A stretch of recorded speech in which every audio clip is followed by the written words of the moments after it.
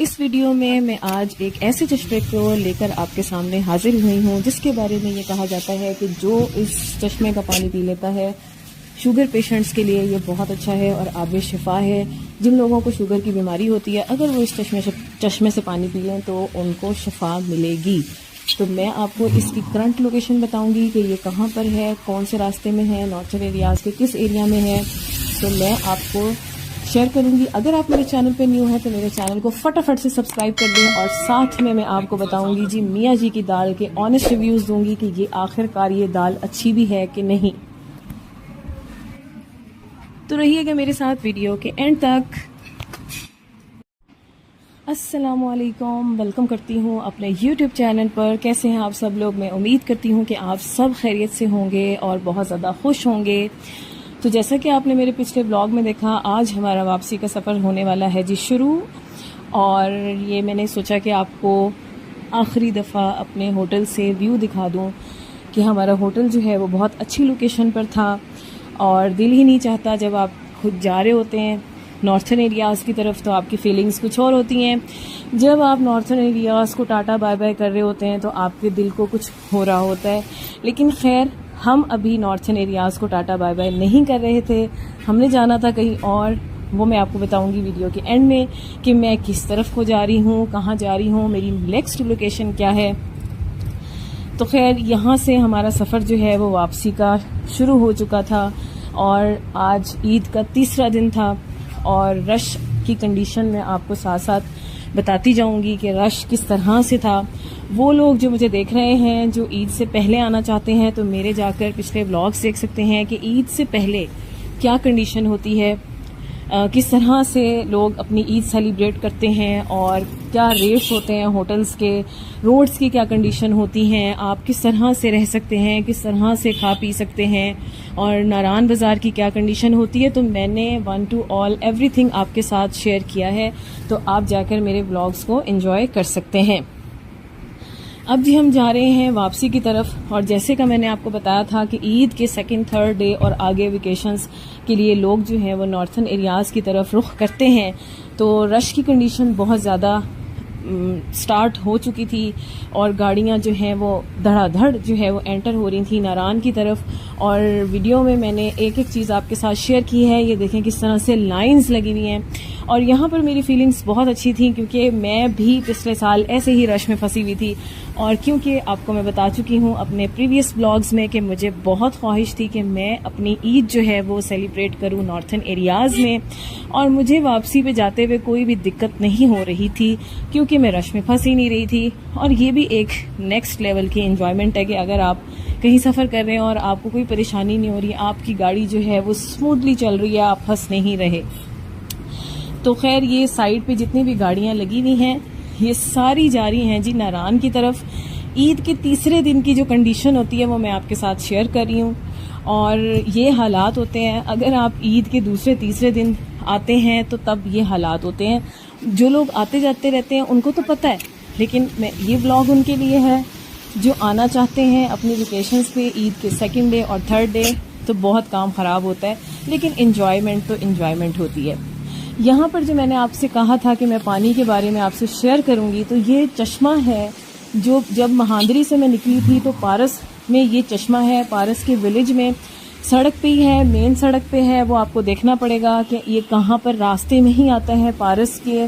जैसे ही आप पारस का पेट्रोल पंप और जो विलेज का दुकानें वगैरह हैं उसको आप थोड़ा सा आगे क्रॉस करेंगे तो वहाँ पर जो है ये चश्मा है।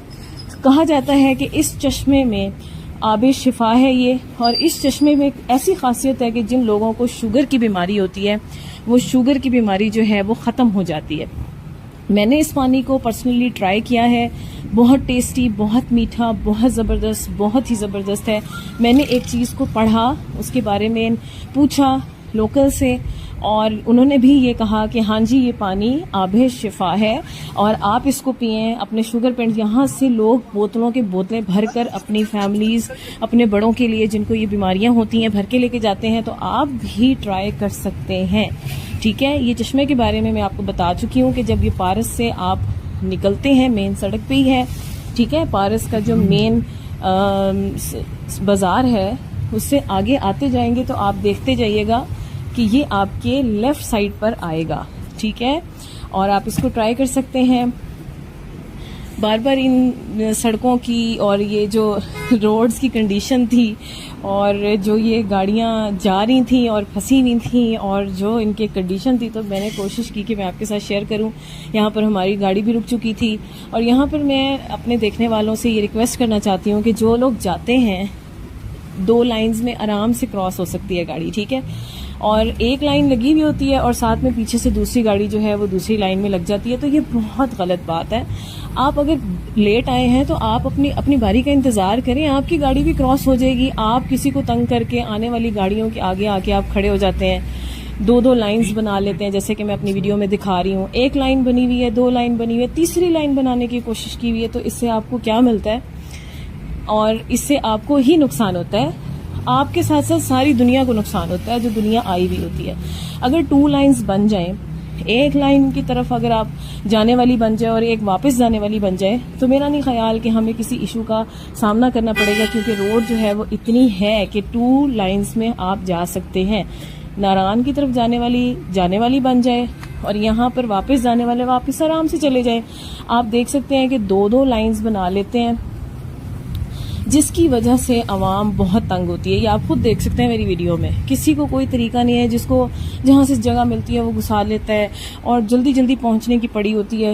एडवेंचर करने आए हैं, एंजॉय करने आए हैं तो एंजॉय करें। अगर आप अर्ली मॉर्निंग निकल के आए हैं तो आप पहले, जाहिर सी बात है आपकी गाड़ी पहले होगी। अगर आप लेट निकले हैं घर से, अगर आपको लाइन में लगना पड़ भी गया है तो इट्स ओके, आप लगाए लाइन में, आप रूल्स फॉलो करें। तो हमारे पाकिस्तानी अवाम को ये बहुत ज़्यादा प्रॉब्लम होती है कि मैं फटाफट से जो है ना वो निकल जाऊं, और उन फटाफट निकलने वालों की वजह से ही ट्रैफिक ब्लॉक होती है। और फिर हम जी न्यूज़ में इतना बड़ा बड़ा छापा लगाते हैं कि हाँ जी नारायण में तो ये हो गया, नारायण में इतनी लाख गाड़ी घुस गई, इतना हो गया। तो प्रॉब्लम कौन क्रिएट करता है? आप लोग खुद क्रिएट करते हैं प्रॉब्लम्स। और उन प्रॉब्लम्स को सॉल्व करने के लिए आ गई है जी पुलिस, क्योंकि मुझे इसको देख के बहुत खुशी हुई। पुलिस का इंतज़ाम हर साल होता है, जब भी मैं जाती हूँ तो मैं देखती हूँ। क्योंकि मैं व्लॉगिंग नहीं करती थी, इस तरह का नहीं वो शेयर करती थी कंटेंट, तो मैंने अब शेयर किया ताकि मैं उस आवाम को दिखा सकूं जो कहती है कि हमारे पाकिस्तान में कोई निज़ाम नहीं है। लेकिन मैंने जो निज़ाम देखा है उसको अप्रिशिएट करना चाहिए, और मैं इस चीज़ को अप्रिशिएट कर रही थी कि यहाँ पर हमारी ट्रैफिक पुलिस खड़ी हुई थी और गाड़ियों को किस तरह से क्रॉस करवा रही थी। हमें भी क्रॉस करवाया, उनको भी क्रॉस करवाया, धूप में खड़े होकर वो अपनी ड्यूटी दे रहे थे।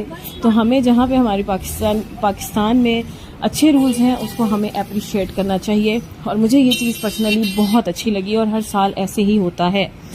तो आप थोड़ा सा सही हो जाएंगे, आप रूल्स फॉलो करेंगे, आप गाड़ी के पीछे अपनी गाड़ी रखेंगे तो सड़क में कभी ब्लॉक होना ही नहीं है, ठीक है। तो यहाँ पर जी हम पहुँच चुके हैं बालाकोट।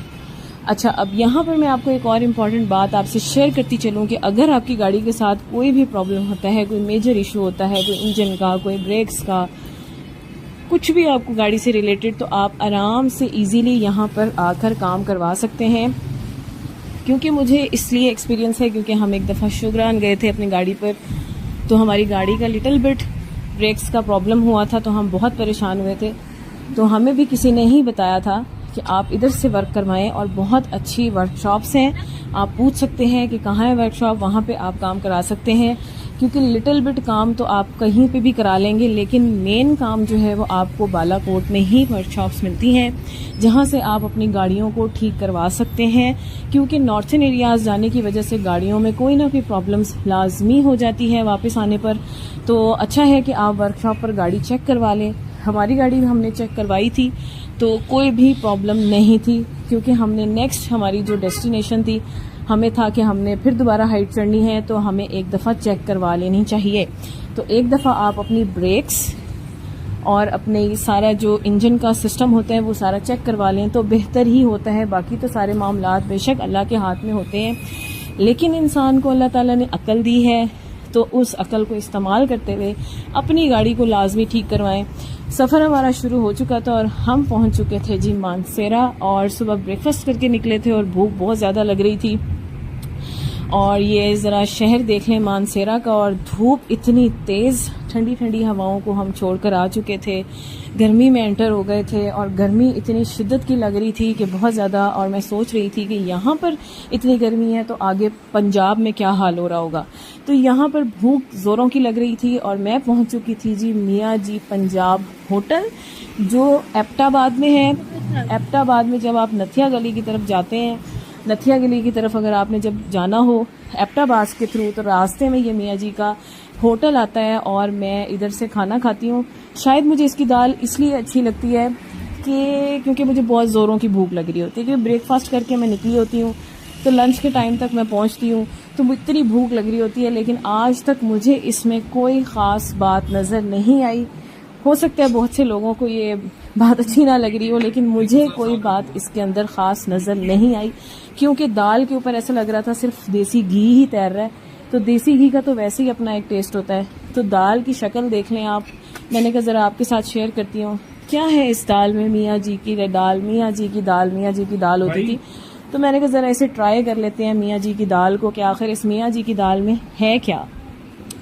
तो खैर भूख बहुत लगी हुई थी, जिसकी वजह से ये दाल मुझे भूख की वजह से अच्छी लग रही थी। वैसे ओवरऑल मुझे इसका टेस्ट कुछ ख़ास नहीं लगा कि मैं इसकी कोई तारीफ़ कर सकूं। लस्सी भी ऐसे ही थी, बस हमारे पंजाब में लस्सी का तो बहुत अच्छा वो है, हर किसी का अपना ही एक बनाने का तरीका होता है। खैर नॉर्मल, अल्लाह का शुक्र है कि पेट बहुत अच्छे तरीके से दाल रोटी से भर चुका था। हमने सोचा कि अब जो है फ्यूल डलवा लिया जाए, क्योंकि हमने आगे जाना था। तो हमने सोचा कि हम एबटाबाद से ही अपना फ्यूल जो है वो फुल करवा लें, ताकि हमें आगे जो है वो सामना ना करना पड़े, हमें फ्यूल स्टेशंस पर ना रुकना पड़े।